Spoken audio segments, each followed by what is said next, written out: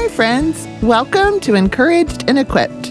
On this podcast, we introduce you to the women of Christ Chapel Bible Church. We love being encouraged to live out our faith in Jesus by hearing the stories of women in our church community. We are so glad that you're here.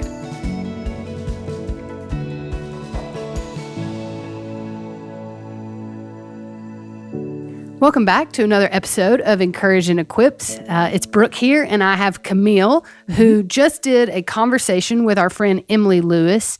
And Camille, the episode the listener is about to hear is actually really just a continuation of a conversation you and Emily had that we released last week.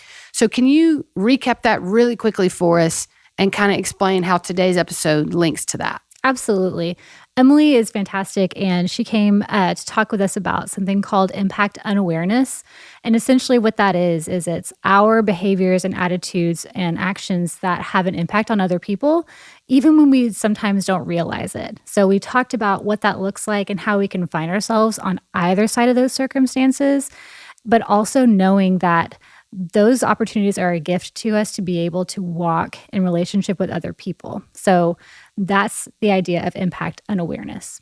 I love it. That was a very succinct recap. And so now this episode that we're about to hear is, I thought, was so applicable and very, very practical, which I'm very grateful for. Mm-hmm. And if you've been with Encouraged and Equipped for a while, if you've been following along, you know that in these kind of pre-conversations, we really set you up to look for something to listen for in the conversations that you get to bear witness to. But I actually am going to give you a warning because I love you, and I fell into a trap that I don't want you to fall into as you listen to this episode. Because of the practicality and the applicability, is a word, that this episode entails, I found myself, when Emily was giving really good wisdom and all these really good tools, I found myself thinking on all these conversations or conflicts in my brain that I was either reflecting on or even thinking ahead to in my life. And I was putting myself at the center of the narrative. And in all this advice Emily's giving out, I found myself either getting defensive or even almost planning how to use some of these tools more as weapons of like, oh, that's how I'm going to win that conversation or make that point. Yeah. And that just is sinful. And it really distracted me from, I think, the potential fruit that could come from applying these things that y'all talked about so pastorally and clearly. And so, listener, I would just encourage you, before you start this episode, maybe pause it and say a prayer that you can listen with an open heart and mind to look more like Christ through using these things, and not to necessarily win or be proven correct. Yeah. That's a trap I fell into, and I would hate for that to happen to you. And so even if you want to say a quick prayer before you listen to this episode, or maybe even just pause it for a moment to kind of still your heart and your mind as you get ready to take in this really great info. But regardless, I hope that this is a blessing to you, and we're excited that you decided to listen.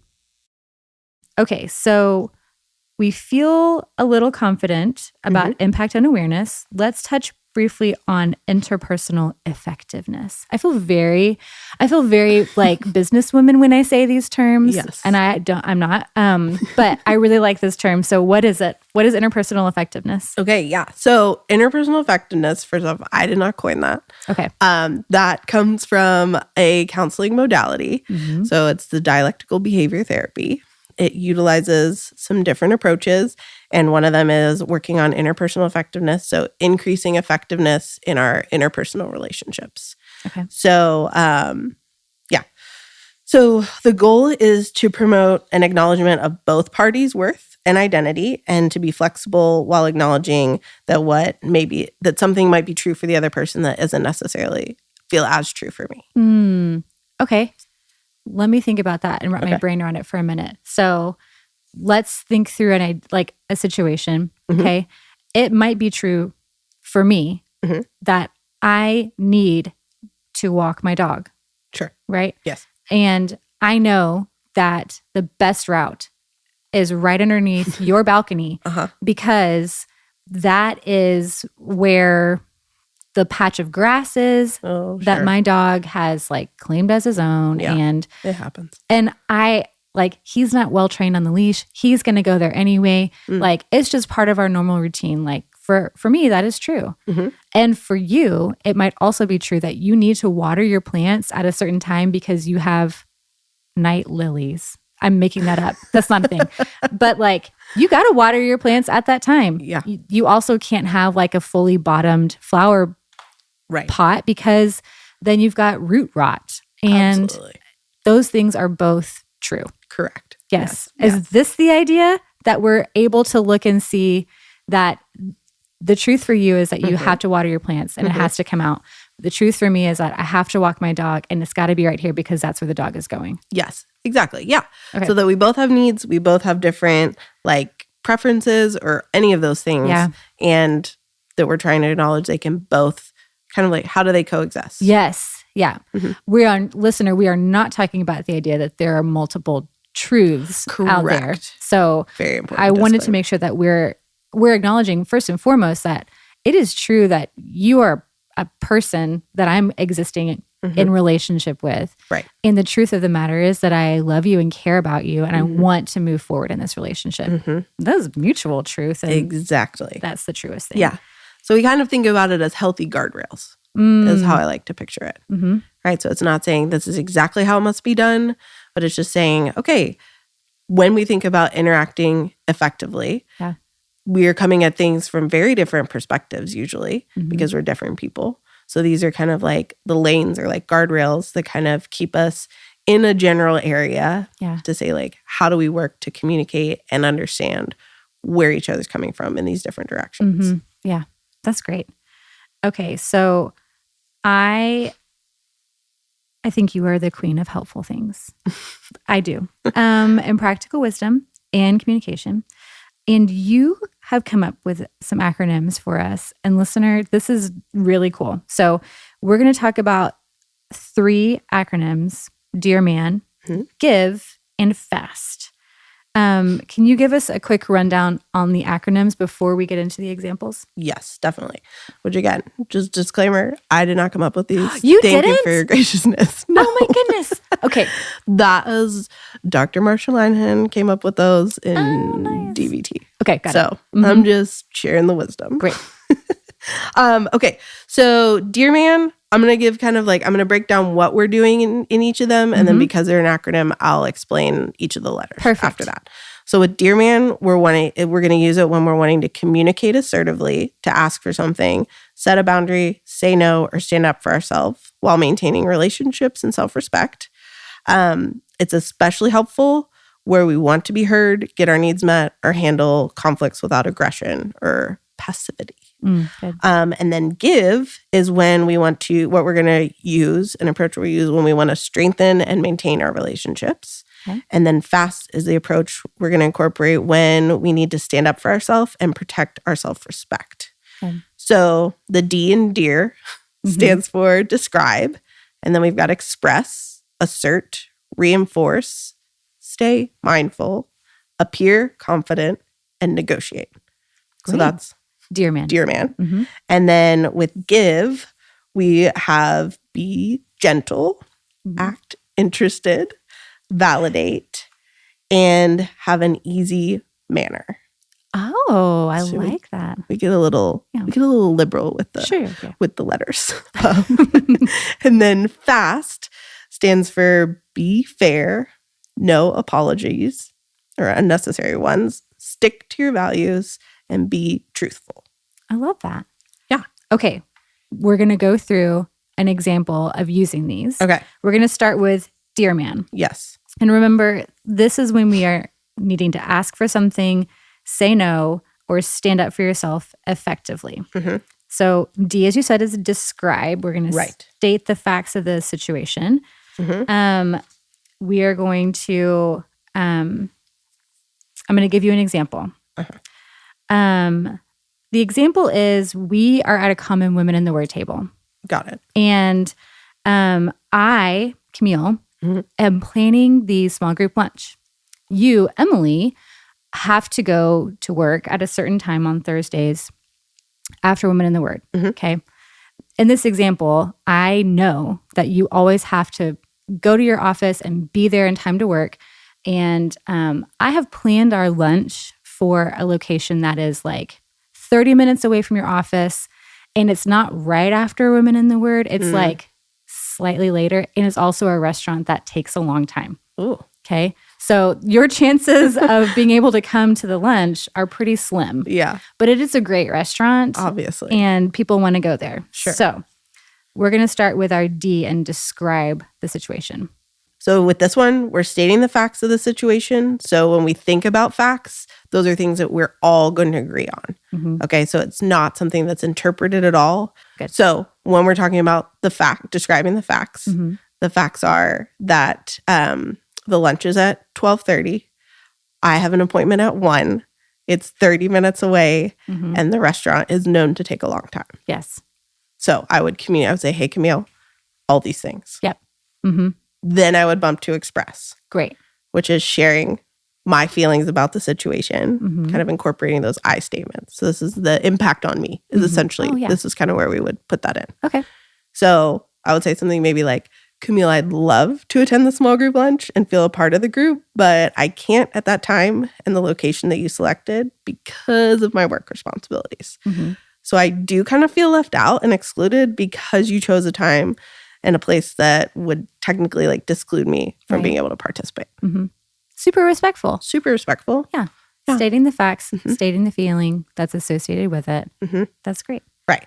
Then we go to assert. Okay. So assert is clearly and firmly stating what you want or need. Okay. So I'd love it, Camille, if you could choose a time and a place that would allow me to attend the fellowship with the group. Great. Okay. That Then sounds like something I would definitely want to do because you're being so respectful and humble and bringing this to me. But let's move forward. Let's move forward. With yeah. R. Yeah. So then R is reinforced. So we're explaining the positive outcomes of meeting my request. Okay. So Camille, like when the whole group is together and supported, we can build relationships that are mutually encouraging. Maybe this is our last time meeting as a group and the goal was for everyone to be able to participate. So that would happen if maybe we had a little flexibility here. Yeah. So then stay mindful. So with this, I don't want to get distracted or react emotionally. So kind of think of like a broken record. So if you are like, well, but everyone's really been wanting to go to this restaurant and they did not have any other reservation times and no other days work for anyone, then I'd be like, okay, I can appreciate that. And like I'm asking for the flexibility for this situation. You know, and you might be like, well, you always butt out early and like all these things. Obviously, worst case scenario. But if those are the things, then the broken record just kind of comes back to being like, this is my request. Like, hey, I can appreciate maybe you've got some hurt from a past situation we haven't talked about. I would love to for us to be able to address that. Could we also like stay on this topic first? Like, could we address this particular one instead of, you know, sometimes when we get in arguments and it's we're talking about this and then suddenly it's like that one time you wouldn't hold my hand when we were crossing the street, like 10 years ago, like whatever. But that's how things can kind of escalate. Yeah. So we're trying to stay in the moment. Right. In this situation. Okay, then we're going to go to A again, appear confident. So we want to make eye contact, speak clearly, use a steady tone, just kind of like we're doing right now. Like I'm trying to present this as neutrally as possible, not as aggressively. Right. Not yelling at you. And not passively either. Also not passively. Right. Yes. All the aggressive, passive aggressives, anything. Yeah. All to the side. And then the last one for Dear Man is negotiate if necessary. So this is maybe being willing to compromise if needed.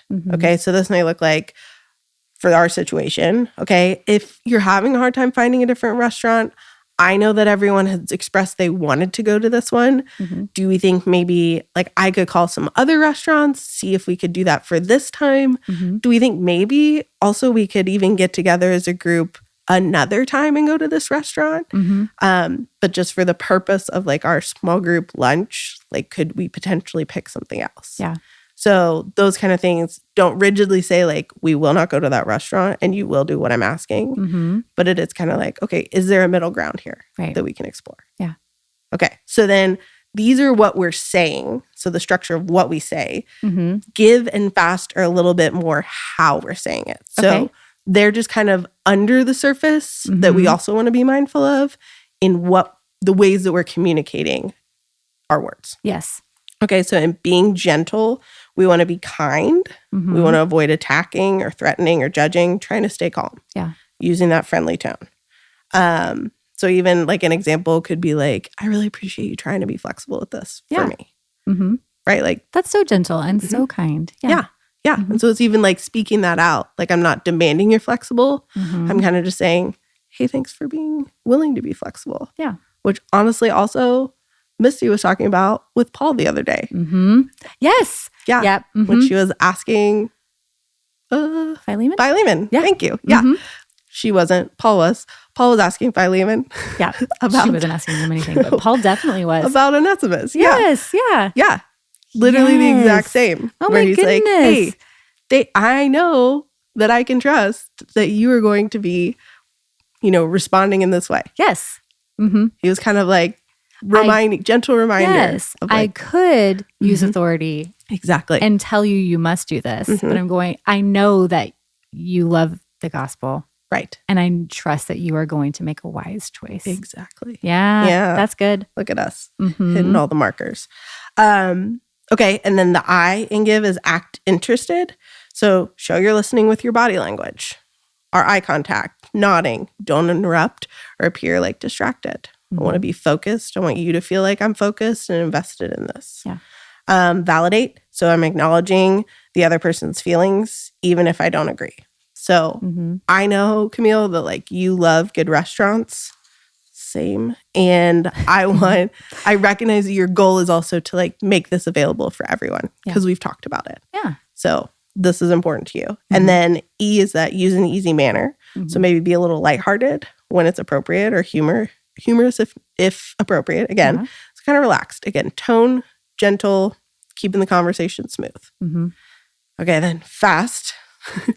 Let me also point out, the gentleman walking the dog maybe was not so gentle. Correct. So there was not a lot of opportunity for a big conversation. Right. But saying, hey, right, was not as gentle as it could have been in the moment. Who's going to take the moment to say, dear neighbor in the balcony? But I just think it's an interesting contrast. Exactly. It was also effective, but it was. Yeah. But in these real heart-to-heart moments, we want to be maybe gentle. we're going to be more intentional with that. Yeah. Okay, and so then fast, remember it's for self-respect and we're standing up for ourselves. So we want to be fair. So treat ourselves and the other person with fairness. So maybe like, I understand that you're busy and you've worked really hard on this, and I still feel like I need to talk. I feel like I need to talk about this with you. I'd like to have some clarification. Yeah. The A is no apologies. So no unnecessary apologies. Yes. I think we're going to talk about this more a little bit, but essentially like we can be very prone to over apologize. And so we don't want to say sorry or assume responsibilities that are not ours to do in that moment. Okay. And then stick to our values. So we don't want to compromise our values in order to be overly flexible for someone else. Right. So again, flexibility is great, but if I'm compromising my values, that's not the direction that I want to go. Okay. Okay, and the last one is be truthful. So don't exaggerate or lie or make excuses.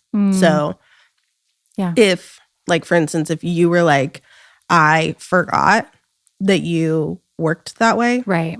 Or that your work schedule was that way.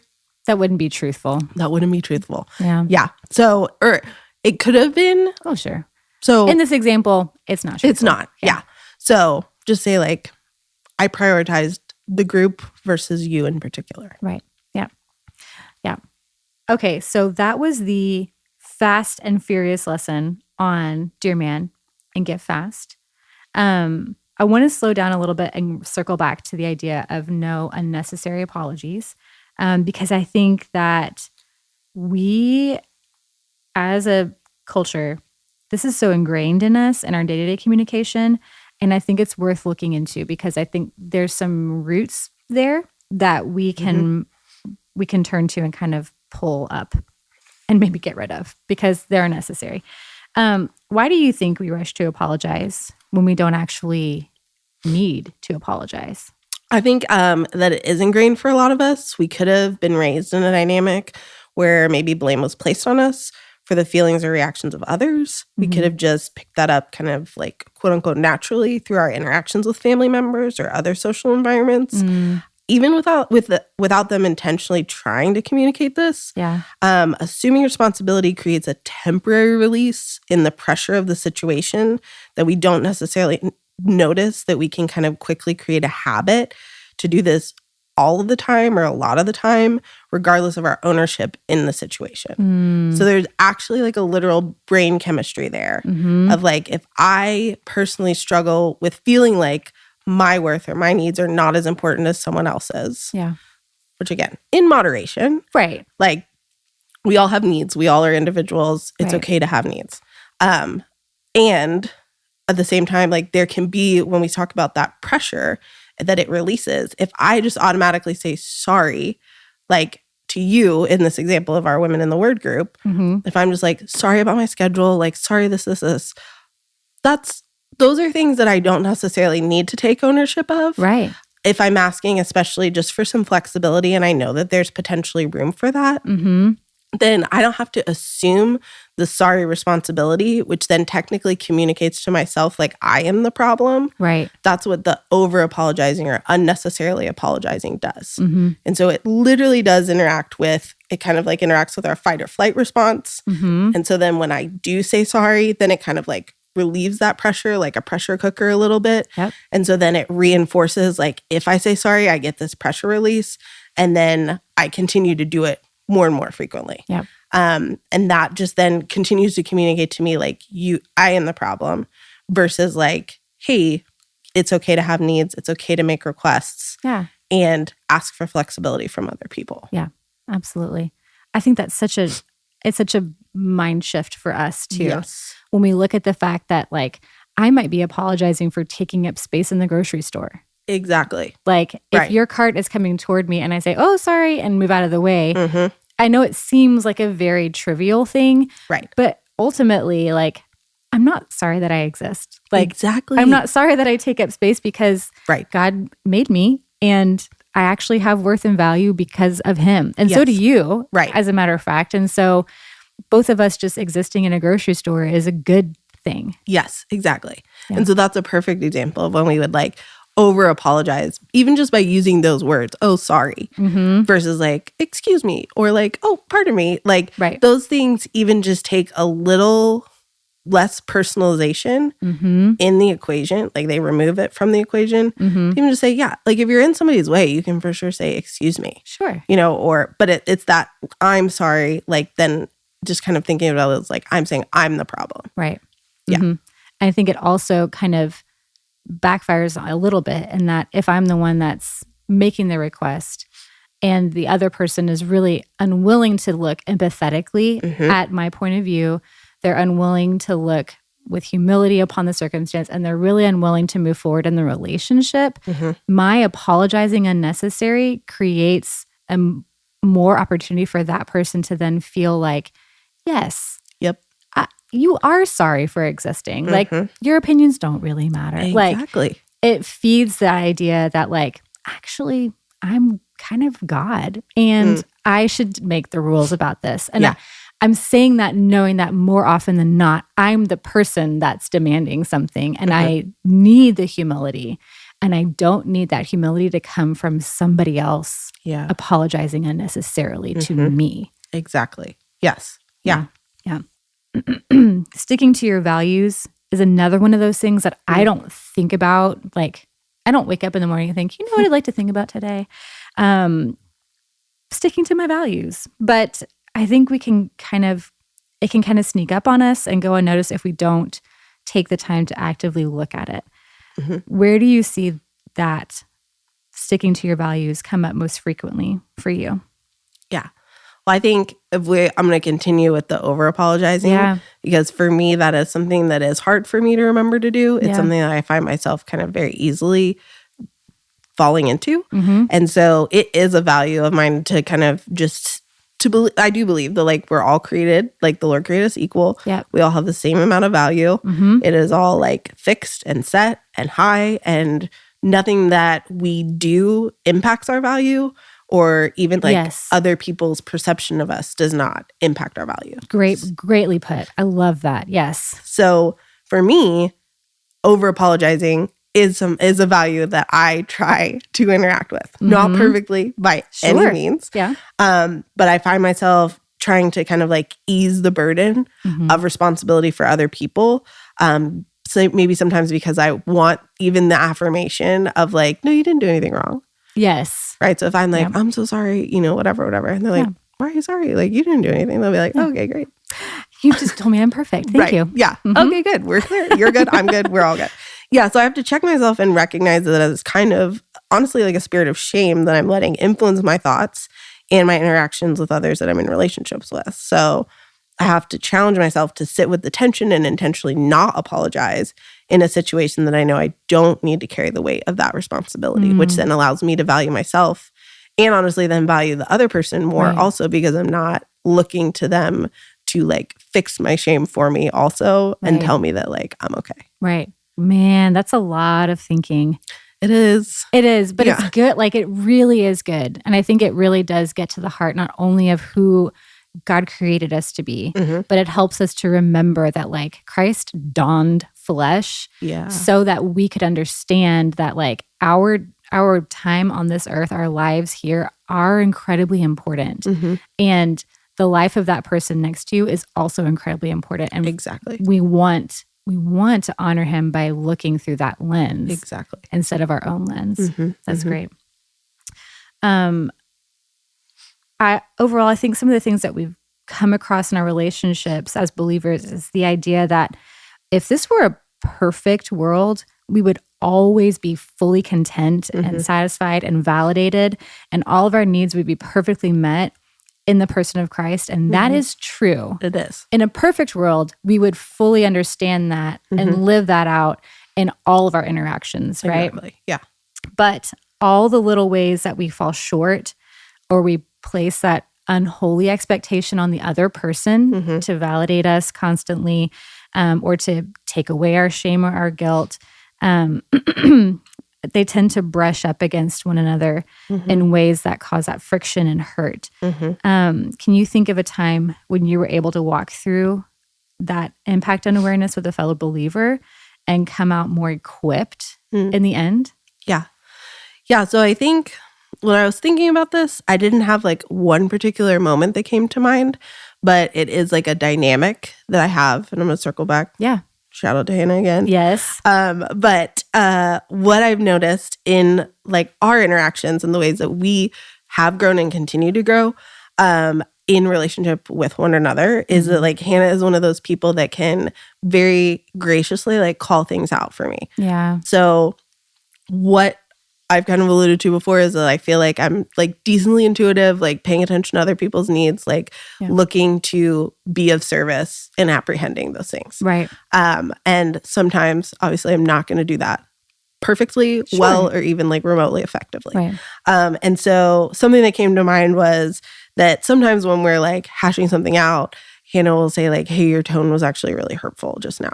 And I'll be like, what do you mean? My tone was just hurtful. Yeah. And then my instinct is to get defensive about it. Because again, like maybe I'm personally bad at identifying my emotions like in the moment.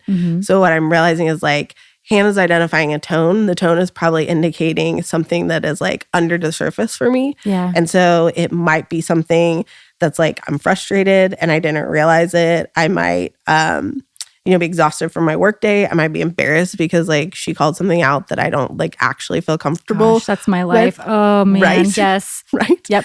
It's so lovely and hard to be known. Yes, it is. Thank you for saying that out loud. Yep. Yeah. So with her, what I've had to recognize is like it does take courage to have those conversations. Like, yes, we're very like obviously like know each other very well. And at the same time, it still takes courage for her to say, hey, like this impacted me in this way. Yes. And it then is like such an opportunity and such a gift that I have to know that there is safety in her coming to me with that for me to then lean into my discomfort and the tension of wanting to automatically like my gut reaction is like, no, I didn't. Yeah. But then it's like, okay, no, what she's trying to say is like, I'm having trouble hearing what you're saying because of how you're saying it and how that's impacting me. So if I want the connection, if I want like the reconciliation in that moment, if I want to deepen and fortify this relationship, then I need to be able to see and say, okay, like I need to set myself to the side a little bit and say, do I want to jeopardize like my entire like 15-year relationship with someone because I don't think I had a tone right now? Like, is that worth it? Right. Like, what? How? That's so rude to even like I know. remotely consider that. I know. And yet we're there. Yeah. Well, we're very there. Yeah. Every time. And so I think like in those moments, that's what's like being called into question. And to me, those are like so worshipful, not in the moment, but to look back on and recognize like, okay, yeah, like more than most people in my life, like Hannah can call something out in me and I can be in a place to receive it eventually, maybe not right in the moment, because I know where she's coming from. Like what the angle she's coming at is from like love for me and love for like the Lord and love for like the relationship and friendship that we like the friendship that we have and wanting that to continue to grow instead of me, like I could easily just like throw up a wall and then be like, I'm over here, you're over there. Like, I will not cross this threshold. Right. And then we're not in relationship. Right. Which is not what the Lord is calling us to. And is not demonstrating, like we've been talking about, that I believe and live my life according to the knowledge of all that he has done for me. Right. And who he is and who he calls me to be. Yeah. This would be very similar to the fact, like, we were talking about Paul and Onesimus and Philemon, like, if there was not a recognition of like, this is hard. I'm calling you to a really hard thing. Yes. We're not going to ignore it. But the purpose of it is not only the growth of this relationship, but the purpose of it is to demonstrate the gospel. Like that is an active adorning of the gospel. Exactly. I want your spiritual growth so much that I'm willing to endure some measure of uncomfortability and even like miscommunication along the way, your unwillingness to like see my humility, my genuine, like I'm willing to risk all of that because the thing that matters most is your spiritual growth and my spiritual growth. Right. Yeah. And then we miss that. Yes. If we're not doing those things. Right. And it is a risk because it's a risk to say this is what's on the other side of these conflict moments. Yeah. And if we're both willing to do the work, like that is what's on the other side of this like highly anxiety producing sometimes like conflict for us that would prefer to avoid it and that are like not paying attention to our emotions. These are the kind of things that can be on the other side of that. Yeah, that's good. I had asked you the question in my listener, we have notes. In my notes, I had it in there to ask later, but the idea that like, okay, what if I'm in this situation and I'm like, I just don't know that it's worth it. But I really think that perfectly answers the question like, 100 times. Like, it's worth it. It is. Yeah. Yeah. And it's hard because we can't guarantee those kinds of outcomes. Right. And I mean, with any relationship, right? Like friendship, romantic relationship, like family relationships, like this is what we're doing. We just don't necessarily know it. Right. And so it is scary and it can feel more scary to do maybe with a friend than, like a spouse or, significant other or vice versa. Like it feel easier to do with a friend and not with a significant other. Yeah. And so I would just encourage people to try it out in the relationships that feel safest to do it in and maybe even sit for a second and recognize, oh, I actually do have that with that person. Yeah. That person is the one that could call that out in me and that we do like actually work through conflict. Yep. And then even, and then I could just as easily think of some people that like when there's been a point of conflict, like the friendship has not withstood. Yeah. And that's also really hard. Yep. But I think there's also just like, if we are mindful, there's so many more arenas of this than we might be aware of. Yeah. That then we're actually already interacting with. This just like bumps it up a notch as far as like that intentionality goes. Yeah, I love that. Okay, so sometimes I think in my own heart, I've referenced myself being on both sides of this equation, right? In my own heart, I can quickly jump to finding entitlement in the life of someone else. And by that, I mean like I'm very unwilling to look at how judgmental I am in those circumstances. And I know I'm not alone in that. And I mean that in the most humble way. Like I think we all struggle with that. What are some ways, as we think about wrapping up this conversation, that I can humbly seek to see my own sin clearly in these sticky situations so that I avoid that entitlement rearing its head up and putting the wall up in the relationship? Yeah, absolutely. Well, I think obviously first and foremost, like we got to ask the Lord for discernment and mindfulness and remembering honestly that we can circle back. Yeah. I think that's probably a really important caveat. Maybe I should have mentioned like an hour ago. But I think that's one of the things is like, we are not going to do this perfectly. Yeah. And that is, again, the beauty of relationships is that it's not a perfect in every situation, or it shouldn't be. It's a like, hey, do I circle back when needed? Yeah. To even just say like, okay, we had this conversation. I might say tomorrow like, hey, actually, I did have some things that I realized maybe I didn't communicate as clearly, or I just want to circle back with you. Like, did you hear this? This was my intention. Like, did that translate in the way that I was hoping it would? Or say that at the end of the conversation. Like there's so much grace to be aware and to have humility enter the equation at any point in the timeline. And I think whether that's like I had conflict with a friend and several years later there's reconciliation, like that can happen. Or it could be, we had this conversation and tomorrow I'm like, hey, or an hour later, I'm like, hey.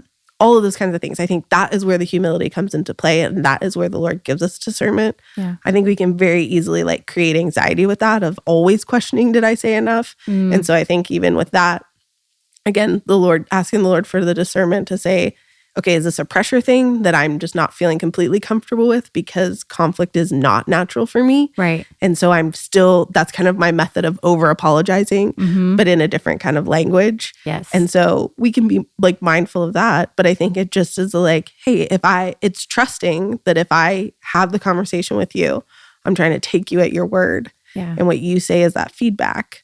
But then also the flexibility of like, hey, maybe I could have done that differently. And being willing to circle back and say that. I think all that just communicates humility and is a posture of humility. And also then is saying like, I'm not convinced I'm just over here getting everything right. Right. I'm saying I'm willing and open to be flexible and to learn and to grow. Yeah. And that doesn't mean I wasn't right to begin with. Right. It just means that I'm willing. I think it's worth it to consider your wisdom and the context of our relationship. Exactly. Yeah. That's so good. That's so good. Emily, thank you so much for coming in and walking through all these examples with me. I promise I won't actually like walk underneath your balcony when you're watering your plants. Just like I probably on a won't. hot August night, like I kind of may. You might nice. like it, honestly. I know. Do you have any like last words of wisdom or any other thing that we didn't talk about today that you wanted to mention before we close our time? No, I just think friendship is hard, or relationships are hard. Yeah. And I think that when we show up in them, eager to learn and eager to try and see things from another person's perspective, like that is the greatest gift we can give anyone. And that we are also in turn giving ourselves. And so I think just a reminder that this is mutually beneficial. Yeah. And that we are always impacting people at any point in our day, at any point in our lives, probably completely unaware. Yeah. And so we're giving ourselves the grace to be more mindful and aware of how something might have impacted someone. And we're also being on the flip side, trying to give the people that are impacting us grace to say, maybe I do know your heart and maybe your heart is not to have hurt me in this way. Yeah. And I'm trying to also like leave room there for this. And so I just think impact unawareness just can close us off so much and isolate us in these feelings that just like fester. And when we're willing to do the work, we're opening that door instead of staying isolated on our own, and we're allowing the Lord to be present, and we're allowing relationships to grow. And ultimately, like that's what he's calling us to. That's good. I thought that episode was so full of, I know I keep using this language, but just practical and pastoral wisdom. Camille, I'm so grateful that you and Emily had that conversation. And I know that our hope and prayer for how Encouraged and Equipped is used really as hopefully a blessing and a tool in the lives of people that listen to it is that we can apply what we're learning and live it out and to be encouraged and equipped. And so I know we encourage our listeners to think about, man, how can I apply this to my life? But we would hate to ask the listener to do something we're not first and foremost willing to do. So I know you and I have talked about, man, how can we apply this, or what have we learned from this conversation? And so I'd love to hear your thoughts on what have you learned about how to respond when someone brings up an offense or an issue? Absolutely. First, I think it's such a gift to have a friend who's willing to bring up an offense. And I know that Emily shared about her relationship with Hannah, but praise God that we get to have these women in our lives that come alongside us. And so I was thinking back to a conversation that I had with a friend who brought something up to me. And she's a dear friend that, I would go to battle with her every day because she's fantastic. But when she brought it up initially, my first tactic was to put up the armor and say oh, no, not me. But, and not because I'm great, not because I'm really good at this, but just in the moment, the Holy Spirit brought humility and reminded me that conviction is a gift. And when I am not able to see clearly my own sin, and when I have failed to think about the way that my decisions and words affect other people, He's going to be gracious enough to bring it up to me in ways that I wasn't looking for. And so in that moment, again, by the grace of God, He brought humility, and I was given ears to listen to what she had to say. And at the end of that conversation, I remember thanking her for bringing it up, which again, that is not from me. Nothing inside of me wants to thank somebody for saying, hey, here's a flaw. You're kind of a jerk, Camille, and please don't do that again. But in that moment, I was really grateful. And so I think if you're anything like me, listener, it can be hard to not be defensive immediately. But the fruit of it is so, so worth it. And that relationship is thriving and so good. So I know not every offense or every circumstance needs a conversation like that. And I think that's an interesting concept to think through as well, Brooke, is that sometimes we have the gift of being able to overlook an offense. Yeah. Do you have any examples of that in your life? Oh, what a good question. I think, honestly, in my passivity, I can do conflict, but I don't love it. Yeah. And so I'm, not because I'm holy, but because I'm passive, I'm quick to overlook an offense. I'm like, that's not a problem. Go about your day, good sir. But I think God in His kindness to me, through people who love me and do life with me in really generous and kind and honest ways have helped me learn the parameters of when to overlook an offense versus addressing it. And I think some things I've learned about kind of what are those guardrails is, man, consider the who, what, when, where, and why of this supposed quote unquote offense. Is it really an offense? Was it an accident? Was there intention behind it? Something else I look for is this a pattern of behavior or is this a one-off?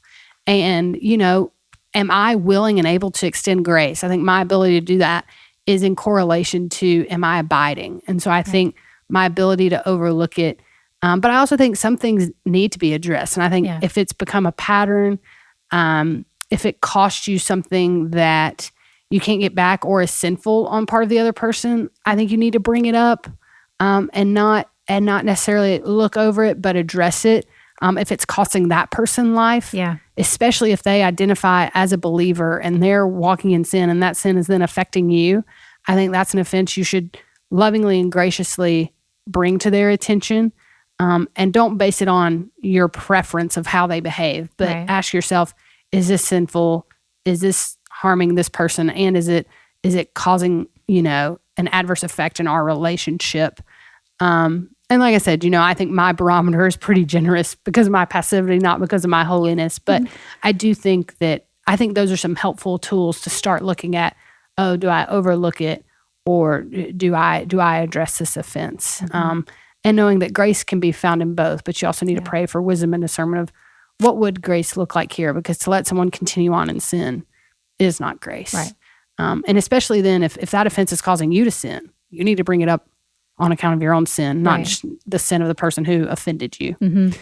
And so, like I said, I thought you and Emily gave us a lot of really good things to think on and to reflect on. And so we hope that you enjoyed the episode and that it was a blessing to you.